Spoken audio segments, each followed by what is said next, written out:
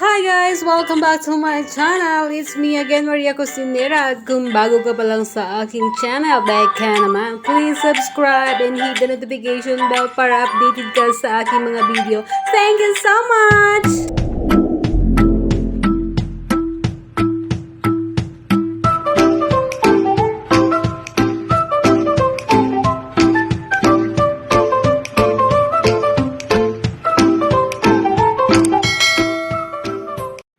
First, ito ang gagawin natin guys. Natapos ko nang linisin ng manok.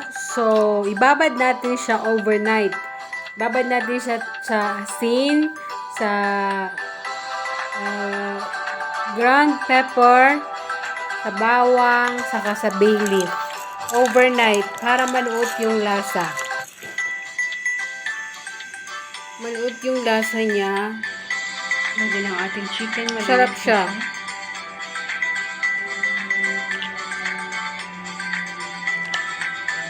Then, isa-isahin natin, guys.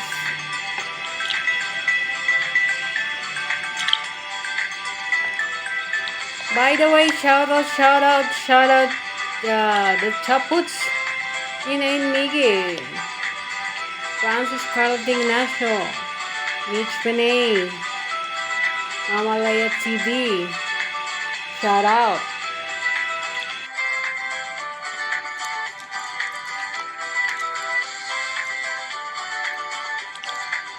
Laura Berakid, may love shout out to you, Sisi Koy. A few moments later. Then, kinaumagahan, ayan na siya. Nababad na yan kagabi. Overnight. Huhugasan po natin siya uli. Ganito ako mag-fried chicken.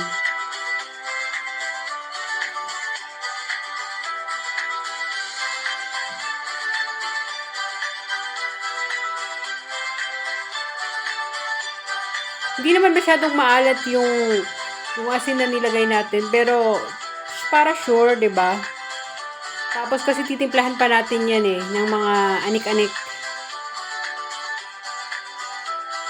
'Di ba? Iba-ibang style lang tayo sa pagluluto, guys. Kung saan yung masarap, doon tayo. Ayan, konting asin lang.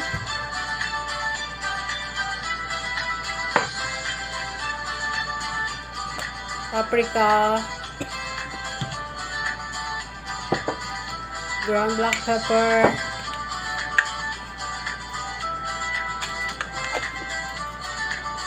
ano yun? Garlic powder yata yun. Chili flakes, lagyan natin yung chili flakes.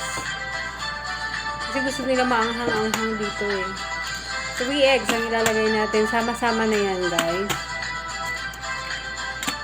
Kasi madami yung chicken At ilagay din natin ang cornstarch para yan sa crispiness ng ating chicken. Saka all-purpose flour. Then, mix para mag-combine lahat ng ating mga spices. O, diba? Mas masarap, guys, pag kinakamay. Para nararamdaman mo yung pagmamahal sa iyong niluluto. Diba? Char! Promise, masarap pag kinakamay.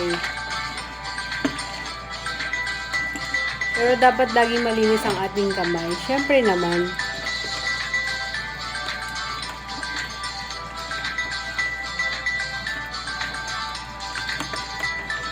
Then, after natin siyang matimplahan, i-marinate natin siya at least 1 hour bago natin lutuin. A few moments later. Bago natin ilagyan ng coating. Last coating na i-touch. Flour and cornstarch po din. Yan, pagsamasamahin lang yan. Para kahit dyan, may lasa na siya. May lasa din siya. Kasi wala dito yung breading na ready mix na ready na talaga. Wala. Kaya, kumaparaan ng lola mo, di ba? Para masarap. Super crispy nito guys. Kasi yung yung cornstarch natin, yung nagbibigay ng crispy.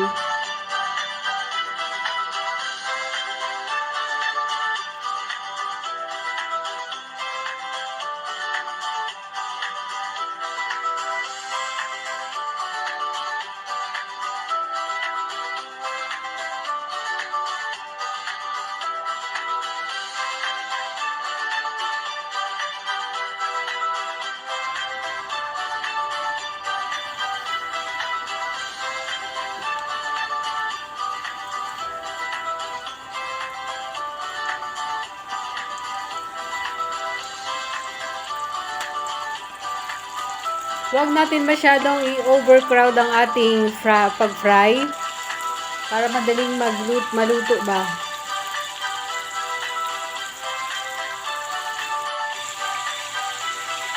O diba? Ang ganda ng ating fried chicken.